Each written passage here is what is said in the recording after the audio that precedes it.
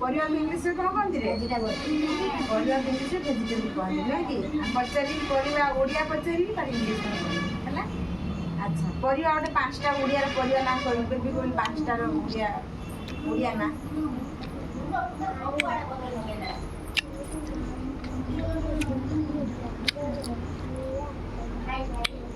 ହଉ 5ଟା ସେ ଓଡ଼ିଆରେ କହିଲା ଆମେ ତାକୁ ଇଂଲିଶରେ କହିବା। ମନେକର ସେ କହିଲା କ'ଣ ଭେଣ୍ଡି ଭେଣ୍ଡିକୁ ଇଂଲିଶରେ କ'ଣ କହନ୍ତି? ଭେଣ୍ଡିକୁ ଇଂଲିଶରେ କ'ଣ କହନ୍ତି? Ladies finger.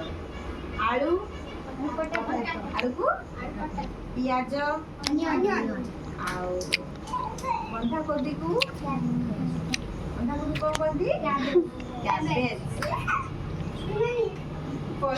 ଦେଖ ଆମର ହେଲା ଏଇ ଯୋଉ ବନ୍ଧାକୋବି କ'ଣ କହନ୍ତି ରେ? କ୍ୟାବେଜ। କ୍ୟାବେଜ ମାନେ ହଉଛି କ'ଣ? ବାଇଗଣକୁ କ'ଣ କହନ୍ତି? ବ୍ରିଞ୍ଜାଲ। ବ୍ରିଞ୍ଜାଲ ମାନେ କ'ଣ? ବାଇଗଣ।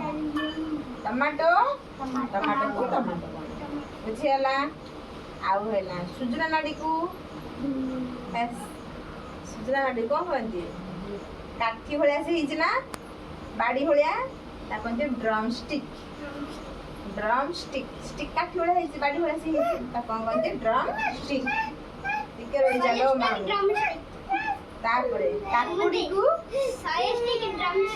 କଲରା କ'ଣ ଲାଗେ? ପିତା ଲାଗେ। ପିତା ଇଂଲିଶ କହନ୍ତି ବିଟର। ବିଟର ମାନେ ପିତା ବିଟର ଗ୍ରାଉଣ୍ଡ।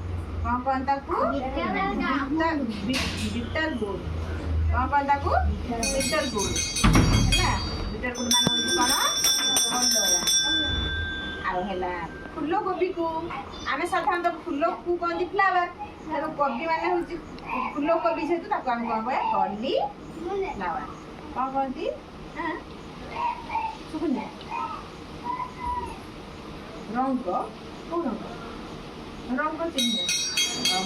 ରଙ୍ଗ ଚିହ୍ନ